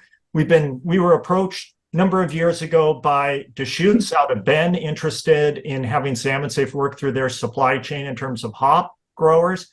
Started working to transition Willamette Valley hop growers to Salmon Safe certification practices. Now something like 70% of the Willamette Valley's hops have transitioned to Salmon Safe. Yakima, which is biggest hop growing region in the United States, 30%, and now we're working in Idaho in the Snake River Valley. So significant percentage of global hops now transition to Salmon Safe certification, again, focusing on water quality and habitat. And a lot of big brewers, even big regional brewers with a national presence like New Belgium or Sierra Nevada committing to sourcing Salmon Safe hops and malts. Go ahead, Tara, thank you.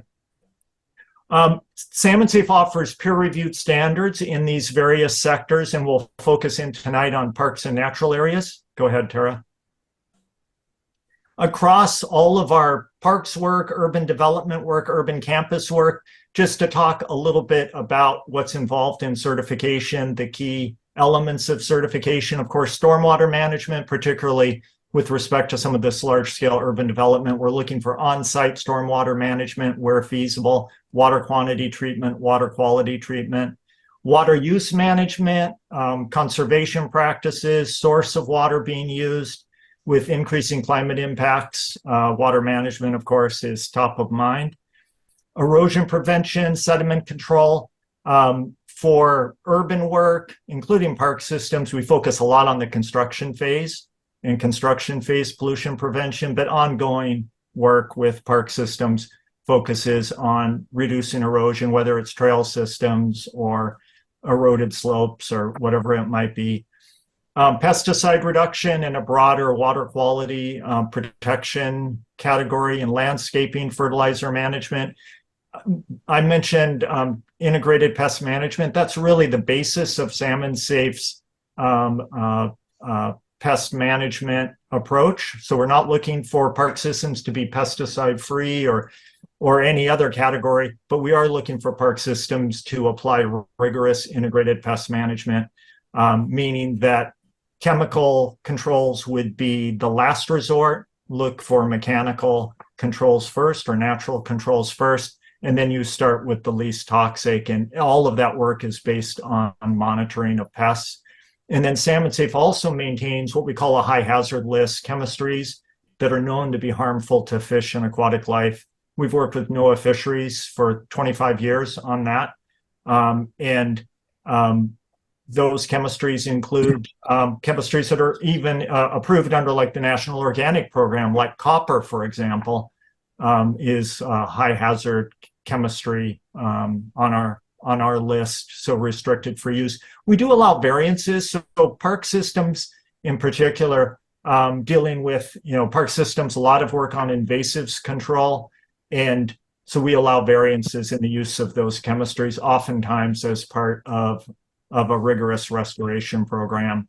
invasives control, especially on steep slopes where maybe mechanical means aren't always feasible.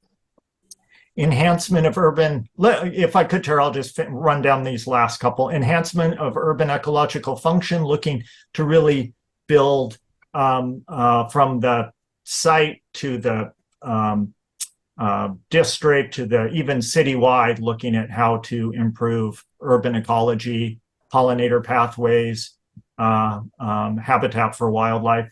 Site climate resiliency planning. Climate resiliency really has always been embedded in the Salmon Safe program, but we're making a lot more explicit, really thinking about how to plan for climate resiliency as it relates to all of these other topics. And then also in terms of focusing in on like soil health, for example, and some of the categories that are particularly important when thinking about climate impacts. And then Salmon Safe also has context-dependent standards that get really at the core of the name Salmon Safe, in-stream habitat protection and restoration. And Salmon Safe works, up and down the West Coast. Many of the sites where we work, whether they're parks or farms or urban sites or upland sites, may not have aquatic habitat, but we're still very interested in what happens downstream in any site that's in a salmon watershed. And then, of course, riparian wetland areas, looking at managing and restoring and protecting those areas as well. Go ahead, Tara. So, there are a lot of certification programs, and I love that Lulu in her presentation really pointed out sort of one thing that sets Salmon Safe apart. We're not a checklist, we're not prescriptive. Salmon Safe is really performance based, and it was great that she pulled that out of her research. Salmon Safe does work a little bit differently than other certification programs, and as a result, we're often added on to other certification programs. Like if you know LEED from U.S. Green Building Council, Salmon Safe and LEED oftentimes are combined in public sector projects, a lot of our municipal projects, not necessarily park systems, but if it's a new administrative building or something, Salmon Safe, because Salmon Safe really picks up where LEED leaves off. And U.S. Green Building Council offers innovation credit. They recognize Salmon Safe goes beyond LEED. They offer innovation credit for Salmon Safe projects that are seeking LEED. So really this core Salmon Safe focus, the place that we really bring value is this ecology, urban ecology, ecological function, and watershed resiliency. That's really Salmon Safe's niche, and we're the only certification program working in North America that focuses in like this, particularly connecting to an endangered species. Go ahead, Tara. Thank you. All of our certification work on the urban side, including all the parks work, is conducted by a multidisciplinary independent science team. So these are independent experts, stormwater scientists, urban ecologists, salmon biologists. Depending on the project, the mix can differ, botanists. But we bring this multidisciplinary team to the project. So rather than a checklist, we're bringing the experts to the project, applying our peer-reviewed standards and really looking at what's feasible. So across the park system or a development site, this is the Nike headquarters campus just outside of Portland. We've been working with Nike for 15 years or more. A lot of work more recently as that campus has doubled in size. Go ahead, Tara. And then another aspect of Salmon Safe has been a lot of public education work, recognition campaigns for Salmon Safe certified institutions. We do a lot of bus sides, you name it. This is from a campaign we developed for Nike. Thanks to Nike, they'll run a clean race. Took Nike an entire year to sign off on this campaign, if you can believe it. To use the swoosh on a fish had not been done before. Go ahead, Tara. So now switching to park system, wanted to talk in particular about Portland Parks. We've been working with Portland Parks since about 2003, 2004. We've been We've gone through multiple recertification cycles with Portland Parks. Our park certification, it's a 5-year cycle. Then we go through a recertification process. We were initially approached by City of Portland late 90s with the ESA listings in the Willamette. City was interested in collaborating in terms of like public education. And we didn't really, see an opportunity in terms of just public messaging then, but had the idea of developing a park system certification program that would be peer reviewed, would be piloted by Portland. And that was a 3-year effort. And coming out of that effort, Portland Parks was conditionally certified. And for Salmon Safe, there's a continuous improvement element that's built into all of these certifications. Virtually every project, including all of our park systems, are conditionally certified, meaning the institution commits to a number of recommendations that come out of the science team around restoration priorities, around maybe pesticide reduction, around water management. Maybe it's getting more of a handle on irrigation water use and demonstrating reductions in use over time, or demonstrating that no further efficiencies are possible. Lots of different categories. Could be erosion, could be the teams out in the field and in a particular park, they see that a hillside is significantly eroded by mountain bikes or something. Could be doing some restoration work related to that. This was the very first Portland Parks Salmon Safe campaign. And the kid there, I always mention this, the kid there on the left in the gray sweatshirt, it's my then kindergartner who's now out of college. So that tells you how long I have been doing this work. Go ahead, Tara. Just wanted to show the Salmon Safe science team at Portland Parks. This was the one cycle ago, so 5 years ago, on the banks of the Willamette River with our Salmon Safe science team and a couple of Salmon Safe staff and the Portland Parks Natural Resource team that were leading the reassessment process. Go ahead, Tara. And then wanted to show this one. This is just from 2 weeks ago, out in the field again with Portland Parks. This is in Forest Park, for those of you that know the Portland Park system. Portland Parks is involved in, through, I think, the Biden infrastructure bill funding, has gotten really significant dollars for large-scale restoration and 300-acre invasives management projects, taking big swaths of Forest Park and managing holly and other invasives. So on the right there is the Portland Parks project manager talking to the science team about those efforts. Go ahead, Tara. And then I'm just going to flash through some other park systems and talk briefly about them. This is Eugene Parks, a little closer to you, heading south. They're on I-5. We've been working with Eugene Parks for 7 years or so. They've recently gone through a recertification process. Eugene Parks, much smaller than Portland Parks, but a lot of the same issues in terms of shoreline, a lot of the same social issues. I don't know in Ashland in terms of social impacts on parks, but that has been, we heard a lot about that from City of Eugene, and as they're dealing with, houseless programs and other city priorities. So Eugene Parks, again, recently gone back through recertification and with conditions, so continuing to work on a number of issues related to long-term restoration. Go ahead, Tara.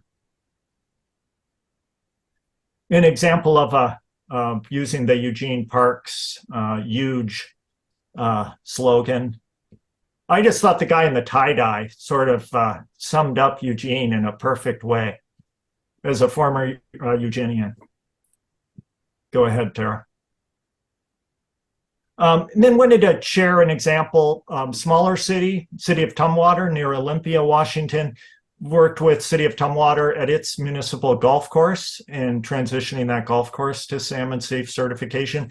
Golf courses have been a challenge for us, I will say, in terms of certification. They tend, as we all know, golf courses can be high input. So finding ways, and it's certainly possible in terms of progressive golf course management, but more of a challenge than some other land uses. Go ahead, Tara. Thank you. And then most recently, King County Parks, largest park system yet to transition to salmon safe certification. Took us the entire pandemic, basically, to complete this project. Roughly 30,000 acres or 35,000 acres, lots of sites. King County, it turns out, is huge. It goes all the way from basically crest of the Cascades all the way down in through Seattle. So giant area and lots of natural resource parks, but other style, everything from ball fields to rec centers. Go ahead, Tara. Thank you. So in terms of salmon safe certification for park systems, just wanted to talk very briefly through the steps. Normally, this is where Anna, my colleague, would join us as she leads this work. But just to very quickly summarize, again, it's system-wide certification. So we're not looking at each individual park, really looking at overall environmental management, programs, policies, protocols, master planning, integrated pest management, restoration plans. Every park system has different priorities, different documentation. We don't look for park systems to create a whole lot of reporting for us or new programs for us. What we do is take a look at whatever is existing, and then we'll come back during the assessment process, and if we need more information or if we feel there's a need for a specific program like an integrated pest management program, then we'll include that in the certification report. So first, it's that review of programs and policies, then site assessment with the independent science team. So the team would be there in Ashland visiting parks. Typically, we're seeing a cross-section of parks, of different types of parks, natural areas, neighborhood parks, ball fields, the golf course, probably for City of Ashland. And then we'll come back with an assessment report, back to Ashland Parks with an assessment report. There's typically some back and forth working with public institutions, as you all know, lots of budget concerns. So we end up, we'll propose a timeline, like we'll say this riparian corridor in this neighborhood park needs to be restored in 12 months. And oftentimes the park system will come back and say, it's going to take us 12 months just to raise the money. We're going to need 24 months or 36 months. So there is that negotiation, and we're flexible in terms of recognizing the public funding is uncertain. And then we formalize certification, and there is an annual verification process. We check in annually regarding those conditions and new activity. That is for the most part, desktop review with Salmon Safe and not a major burden on park staff. This whole process is really designed, it comes out of our work with organic farmers, the very beginnings of Salmon Safe, where there's a real hesitation to take on a lot of a big administrative burden, a lot of paperwork, really work to make this process as seamless as possible for cities, with the science team doing the bulk of the work and the park system staff providing guidance, input, and some of the policies and programs. In the follow-up with the conditions or the recommendations that we come back with, there can be some work for the park system, but oftentimes those are, it's a case where independent third party providing guidance on priorities that oftentimes the park systems may know about, but oftentimes just helps elevate certain objectives or provide some backing, and can even provide, this is probably getting a little bit into benefits of certification, but can help in terms of bringing in external funding for certain projects. Our very early work with Portland Parks, just to give you an example, Gabriel Park and Southwest Hills science team found that the Vermont Creek going through that park, very eroded, lots of dogs, lots of mountain bikes, and came back in the report and said, that stream needs to be restored. And Portland Park said, yes, we know that. We've been trying for a number of years to do that. Our funders haven't committed to it. So then it comes out in the Salmon Safe report. Portland Parks can say our certification is contingent upon this restoration happening, and they got funded the next year. So it can be helpful to have an outside voice carrying that message forward. Go ahead, Tara. And then finally, I wanted to wrap up with a few other other opportunities in terms of park systems. I know you're the Parks Commission, so I won't dwell on these. Park systems, great opportunity for cities. Individual city development projects. We do work with cities. For example, City of Bellevue, we're working right now on a fire station project that it's actually a fire station in a park. It's quite innovative, managing all the stormwater on site. Salmon Safe also offers citywide assessment, operations, facilities, programs, procurement, everything from graffiti removal to, washing of fire trucks.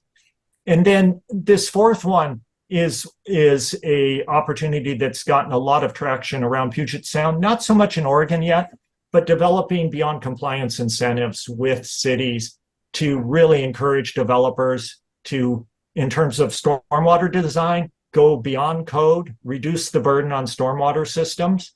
And we're getting a lot of traction in cities like Redmond and Bellevue and Shoreline and some of the cities right around Seattle.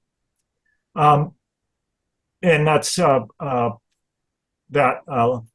graphic at the bottom. Graphic at the bottom shows our campaign with Salmon Safe certification of City of Portland. Go ahead, Tara. I think the last slide. There we go. Wrapping it up. So questions, discussion, happy to answer any questions.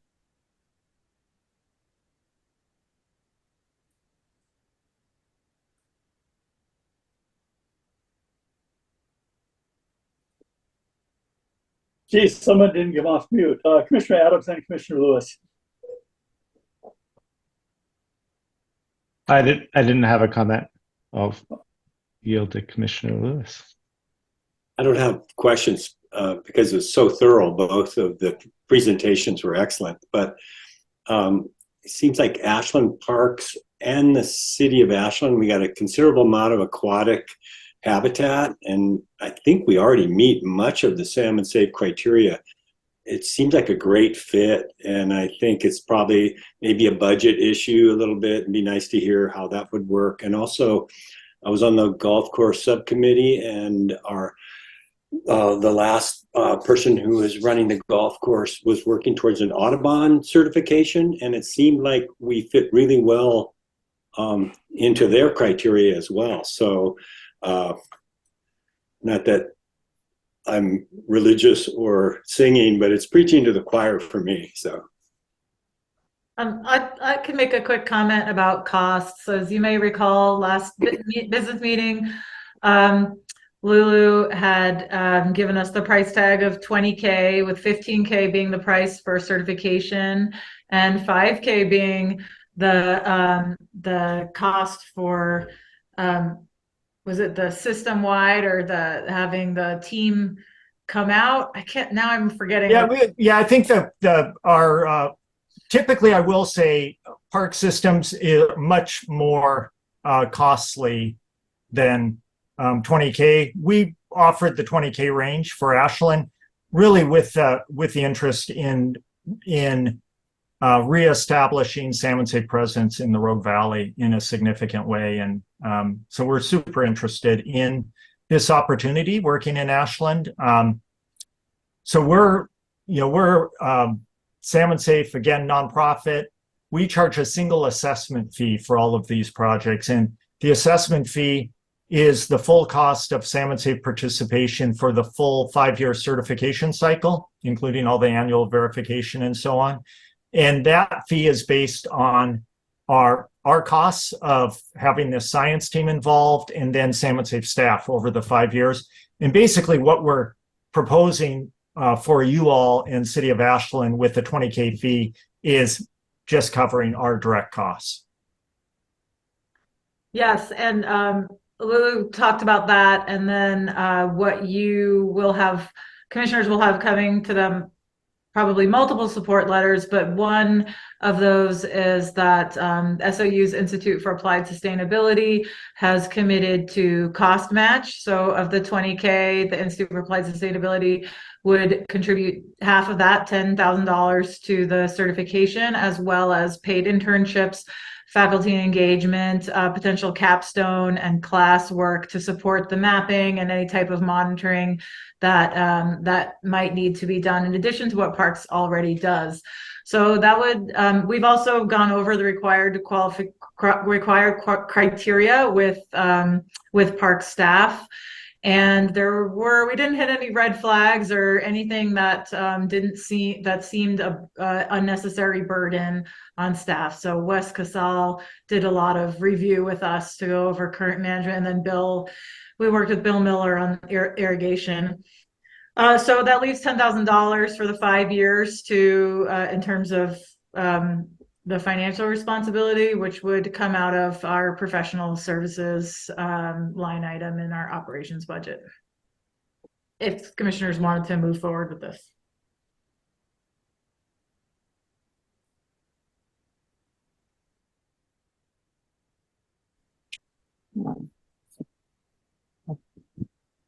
Commissioner Steffinger.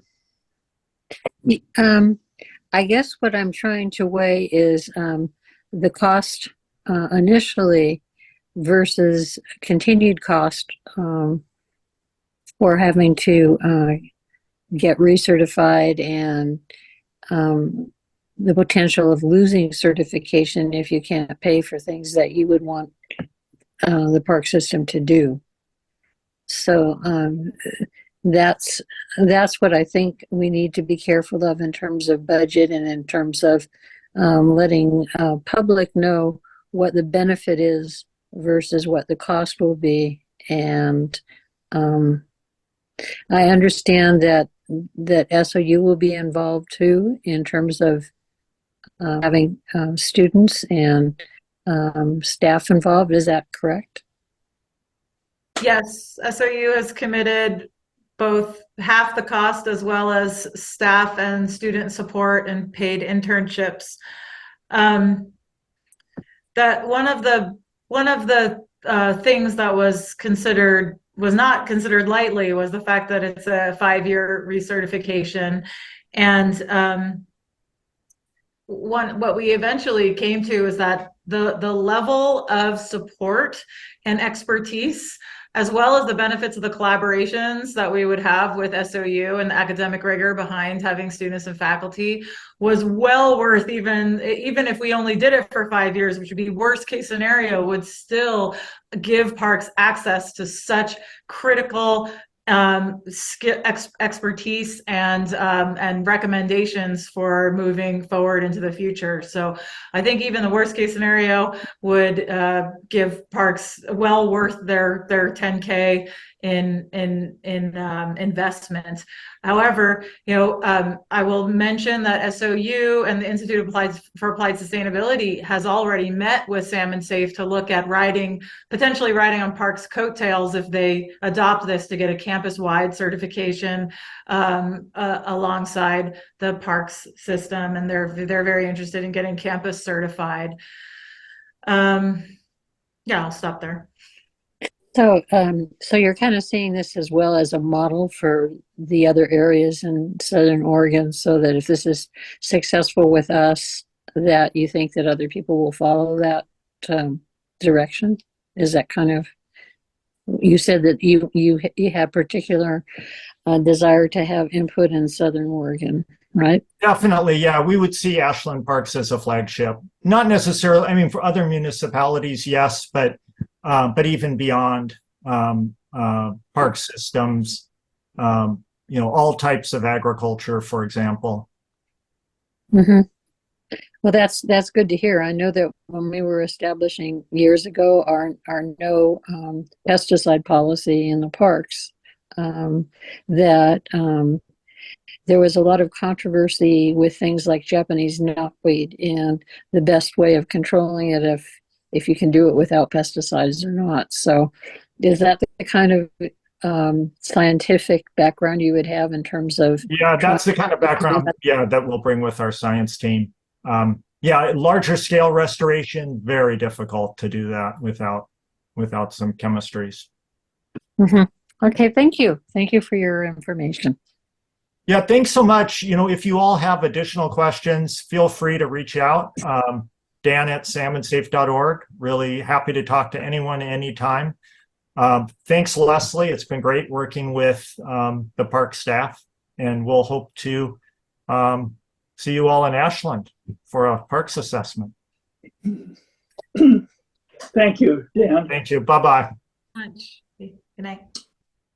Okay, well, we're going to move on here because we're coming up against one of Lawrence rules of order, which is meetings shouldn't go over 2 hours. So I think we're going to be able to breeze through these last items fairly quickly. And that's what I would ask from staff and commissioners. So next on the agenda is a look ahead review.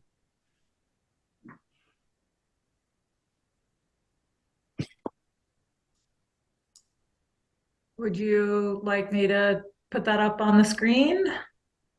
Sure. You can. There you go.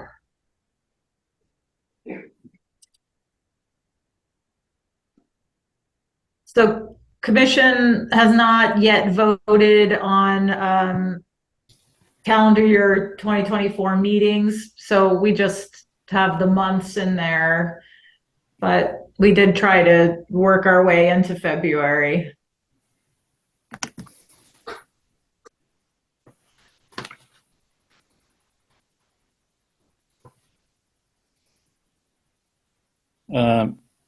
Chairman, I have a question.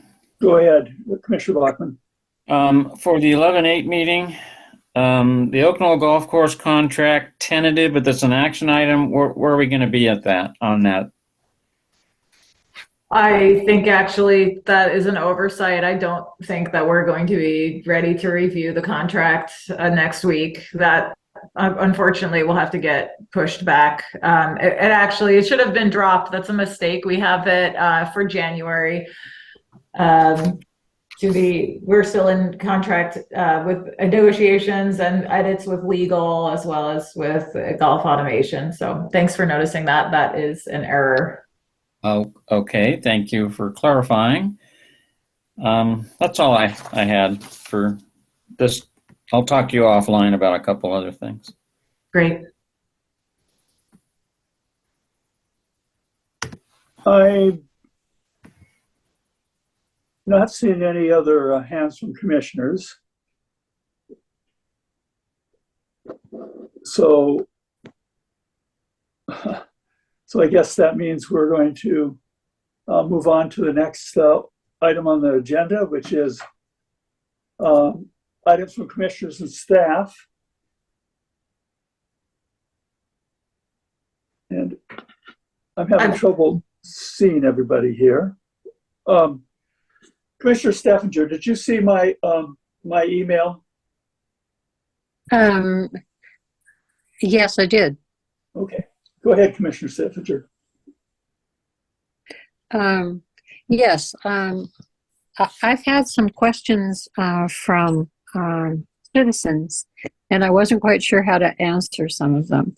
Yeah, so one of them is sort of a timely question, which is the fact that APRC used to schedule the use of Pioneer Hall and the community center. Is this still the case? Is anyone using Pioneer Hall at the time? Is it the city or APRC who would grant permission for example, the community meal served on Thursdays or Fridays? We've been asked if we were the ones that that said that couldn't happen, or was it the city? I can address that, Commissioner Seffinger. I think it was the very last budget cycle, Parks Commissioners determined that they would no longer be leasing out Pioneer Hall and the community center for use. So there's nothing budgeted in the Parks Commission budget for either of those buildings, and we do not have any authority. The utility billing has moved over to Public Works. It's not something we pay. The building is not cleaned. It is not maintained. There's no janitorial services happening in either of those buildings, and they are not fit for public use at this time. But that's a city matter that the acting city manager has been working with the individuals that are hoping to use that building. What we can tell you is that staff just recently has gone over a design plan with Public Works, and there's an intent to, there's already a design team that is working, and there'll be a complete renovation of both those buildings within the year to make them both to be able to be utilized for community groups, but also for potentially park staff. The idea is that when those buildings are complete, Parks will take them over again and be managing community events and activities within those buildings, but not until that time. So city is responsible for those two facilities at this time. Thank you for the clarification. I'm sure that I also wanted to let the public know that the reason I've been on and off is that I keep getting kicked off, and then I have to come back in by turning things off and then trying to turn them on again. So I'm sorry that that it might look that I'm not always here, but that's why. So I'm sorry for that.